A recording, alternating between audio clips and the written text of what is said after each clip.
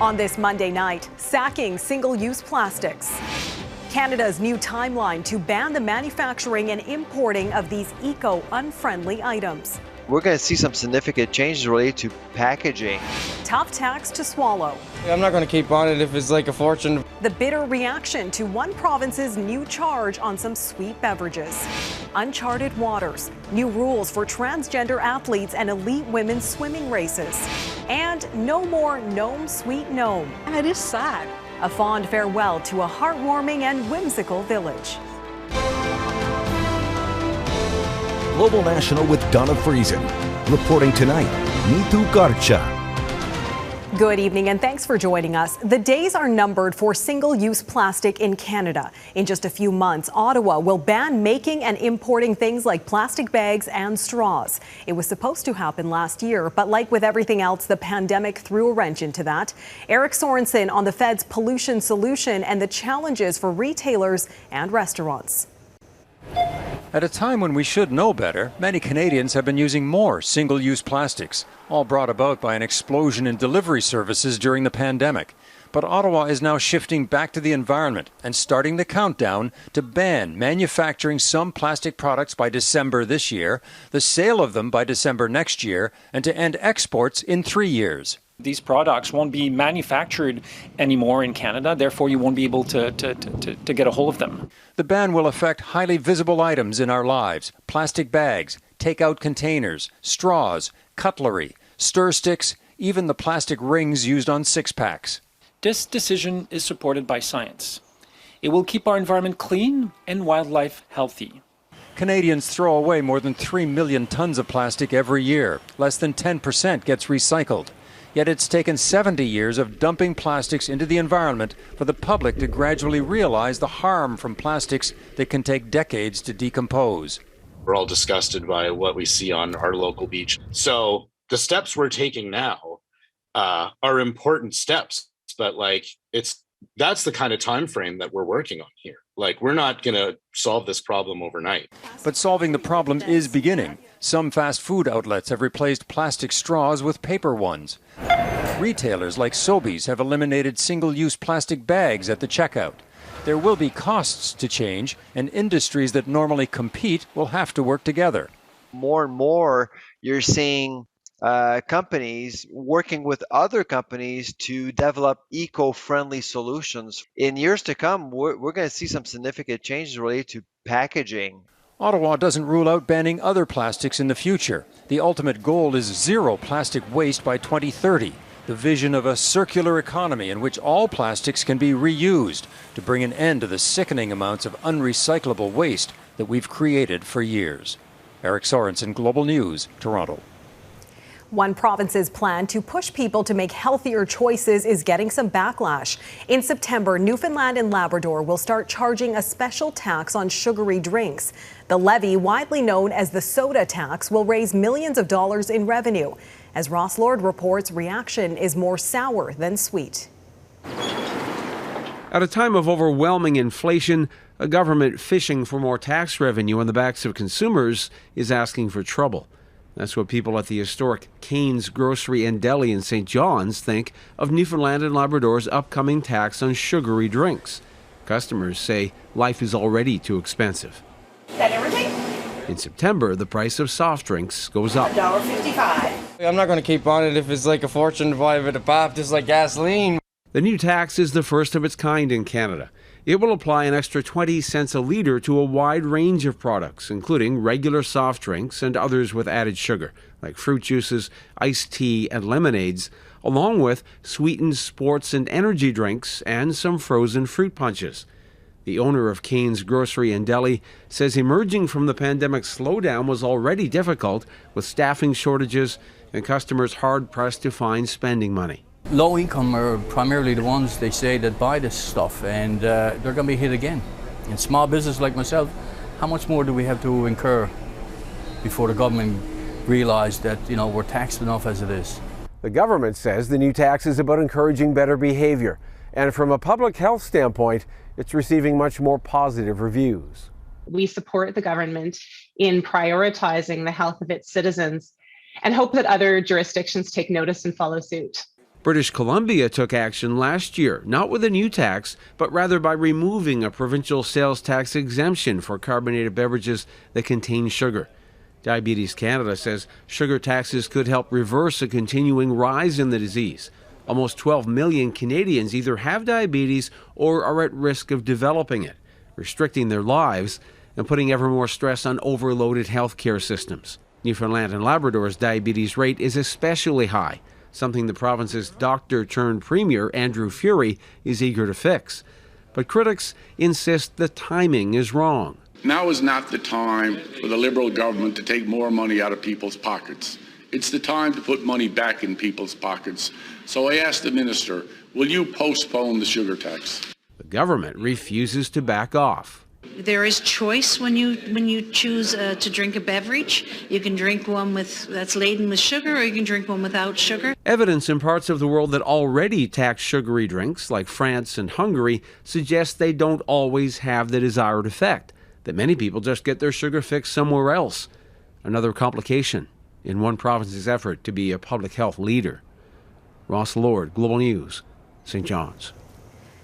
A commission of inquiry has decided to release videos of the police takedown of the man who killed 22 people in Nova Scotia in April of 2020 after the media challenged the Mass Casualty Commission's original decision not to post the videos publicly. And a warning, the images in this story are disturbing. These video images of the RCMP takedown of the man who killed 22 people over a 13-hour rampage in several Nova Scotia communities have never been seen publicly until now. The videos show the killer pulling into the Irving Big Stop gas station in Enfield, driving a car he stole from his final victim, Gina Goulet. A member of an RCMP emergency response team recognized the killer from photos that had been shared that morning. The officer and his partner both opened fire, shooting multiple times, ending the man's life. Evidence released prior at the public inquiry showed at almost the same time the gunman shot himself in the head. The Mass Casualty Commission originally decided not to release the videos, fearing they could be misused on the internet. The commission has now reversed its decision, in part because no parties objected to their release. Western leaders are warning the war in Ukraine could drag on for years. That dire message coming independently from both UK Prime Minister Boris Johnson and the NATO Secretary General over the weekend.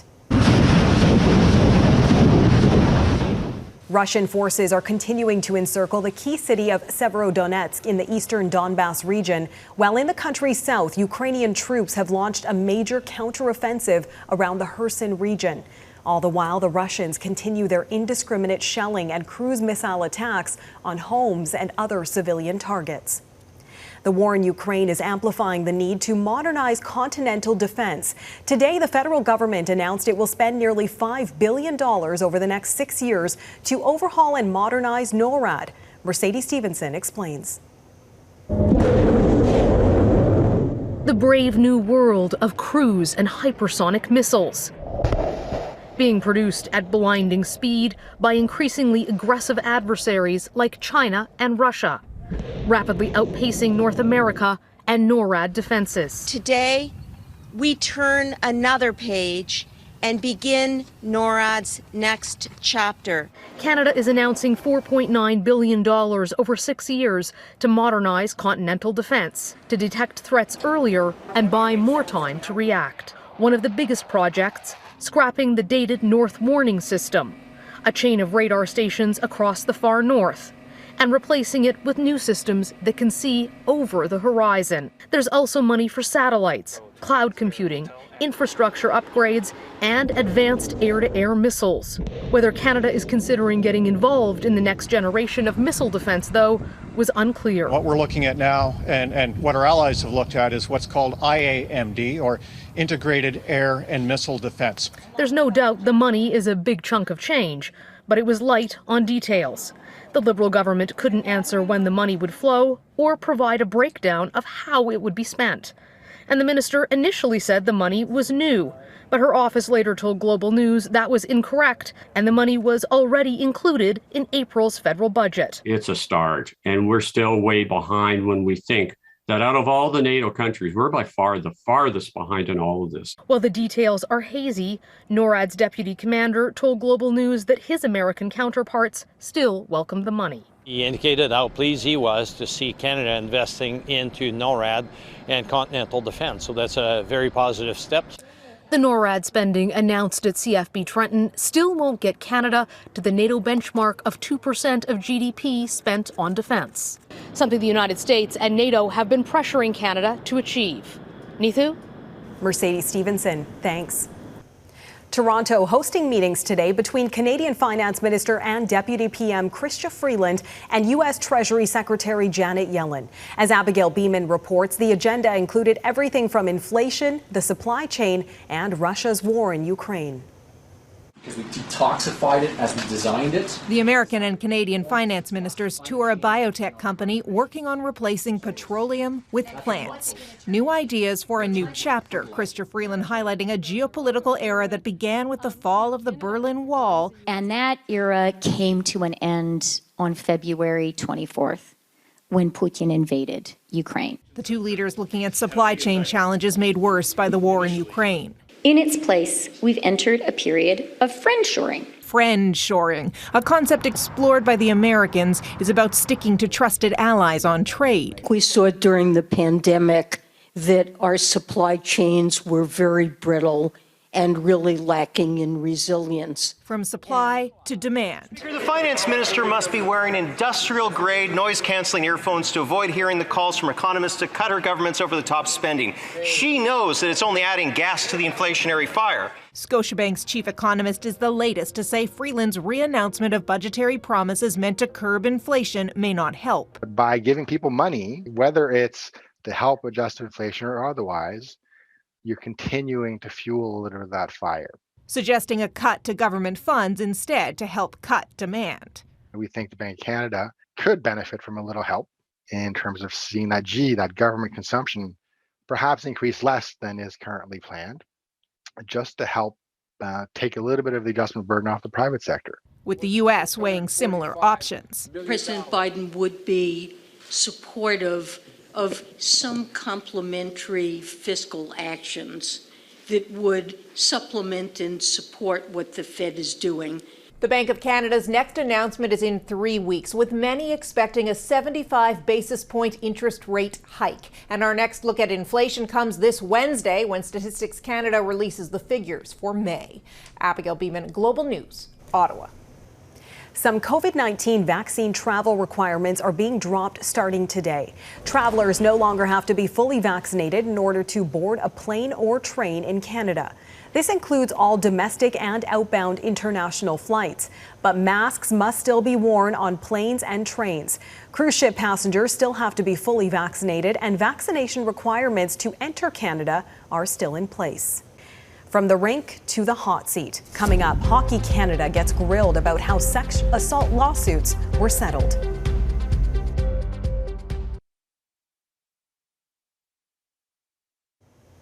The Federal Court of Canada has approved a class action lawsuit against the federal government on behalf of off-reserve Indigenous children caught up in the so-called Millennium Scoop. The suit alleges the federal government demonstrated systemic negligence in its treatment of children who were taken from their families and placed in non-Indigenous care. The action seeks damages on behalf of the affected children and families and follows an agreement in principle reached by the federal government last year to pay $40 billion to on-reserve youth and their families. None of the claims have been proven in court. Top executives from Hockey Canada playing defense at a hearing on Parliament Hill. The Standing Committee on Canadian Heritage is probing how Hockey Canada dealt with sexual assault allegations against members of the 2017-18 national junior team and if any public money was used to pay a settlement to the alleged victim. Mike Drolet reports. Had conversations. It's not the Parliament Hill penalty box, but Hockey Canada executives were certainly on the hot seat. This is important testimony. These are horrific allegations, and Canadians want answers. At issue were public funds used to settle a $3.55 million sexual assault lawsuit. Hockey Canada says no. Hockey Canada is aware of reports suggesting that we failed to investigate this incident. attempted to cover it up and generally swept this matter under the rug. Nothing could be further from the truth. The lawsuit stems from an alleged sexual assault in 2018, when a now 24-year-old woman accused 8 Canadian Hockey League players, including some members of the national junior team, of assaulting her in a London, Ontario hotel room. As first reported by TSN, the woman claimed the defendants directed her to say she was sober while being video recorded and directed her to shower after the assaults occurred. No criminal charges were ever filed, and the woman chose not to speak with police or with Hockey Canada. There has to be a mechanism created by Hockey Canada that creates opportunities for people to come forward. That in itself is sensitive and complicated. As I understand it, there are people in Hockey Canada who are highly embarrassed by this and are working to do that, but it's not a one-step solution. MP Karen Vecchio wants action now because she sees this case as a national embarrassment. We've allowed this to happen too. We've created this culture that we allow this.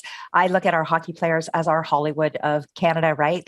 They are our movie stars here, and they make mistakes too, but we've got to change that culture and we've got to let them know what's right from wrong. Hockey Canada acknowledges they have a problem and say they're on a journey to change the sport for the better.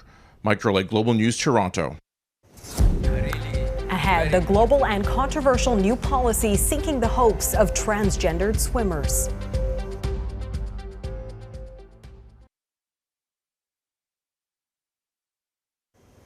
FINA, the world governing body for aquatic sports, has adopted what's being called a gender inclusion policy, which would prevent many trans women from competing in female events. The new rules come as a response to the controversy surrounding the winning performances of U.S. college swimmer Leah Thomas earlier this year. And as Redmond Shannon reports, there is unlikely to be any solution which is seen as totally fair. When U.S. swimmer Leah Thomas won a national college title this year, it was seen by some as a beacon of inclusion, but by others as deeply unfair. The trans woman has said she wants to compete in the Olympics. Thank you, my dear friends and colleagues. But under new rules adopted by FINA, the organisation governing international swimming, that will not be possible. It is a policy that we need to introduce in order to protect the competitive fairness of our event. FINA says that anyone born male who wants to compete as a woman must exhibit low or suppressed levels of testosterone, a rule already in place in many sports. But in addition, the athletes must have transitioned before the onset of puberty or the age of 12, whichever is later.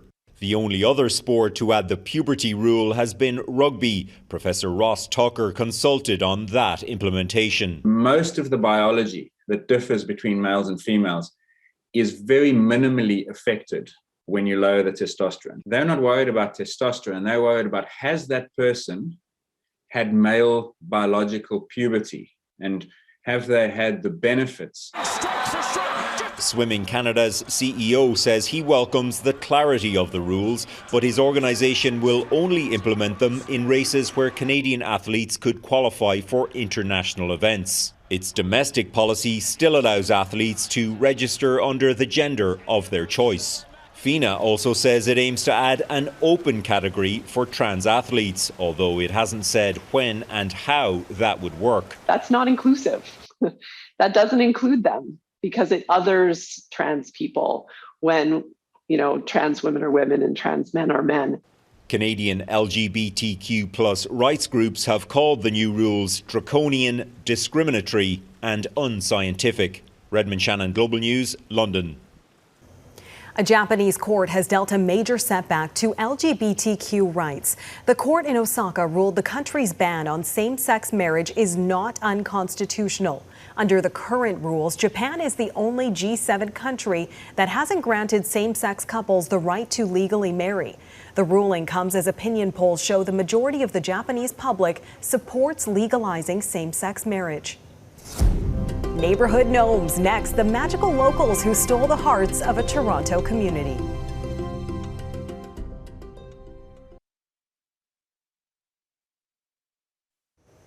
A Toronto neighborhood is saying goodbye to some tiny residents who are now a big part of their hearts after they helped everyone get through the pandemic together. For years, they've had the pleasant company of magical gnomes living on one resident's front yard. Sadly, as Morgan Campbell explains, the gnomes are now packing their bags. It is a tiny gnome village that has had a huge impact on this Toronto community, igniting the imaginations of many. I picture like little screaming kids, just like millions of little screaming gnomes there, and when they're outside, they're getting relief. Started just prior to the pandemic, the miniature village was built by Kathy Nichols and her husband. It all started with this red fairy door and quickly grew to include gnomes of all shapes and sizes, not to mention other teensy friends as well. I think they do have their own little lives, and, I'm just their caretaker. It is a little gnome fact that these little statues symbolize good luck and are the nocturnal protectors of the earth. I love seeing it every day, and I love seeing the little kids stop. But there is now a sold sign on the village. It matches the one on their caretaker's home as the Nichols family prepares for their next chapter. But what will happen to the gnomes? It is not likely they would qualify for a gnome equity loan. I'm moving to Lindsay. Lindsay needs a gnome home. My neighbor down the street has recently just got her own gnome door, her fairy door, and she's going to now take up the practice. But not without some tears shed. They're going on to their next chapter, but I'm like, it's just, it is sad. The Nichols family hopes the story of their gnomes will inspire others. I'm not the only one that loves the whole idea of a little gnome village, so let's go and spread the love. Morgan Campbell, Global News, Toronto. And that is Global National for this Monday night. I'm Neetu Garcha. Tonight's Your Canada is near Courtney, British Columbia. Thanks for watching. I'll see you here again tomorrow. Have a great night.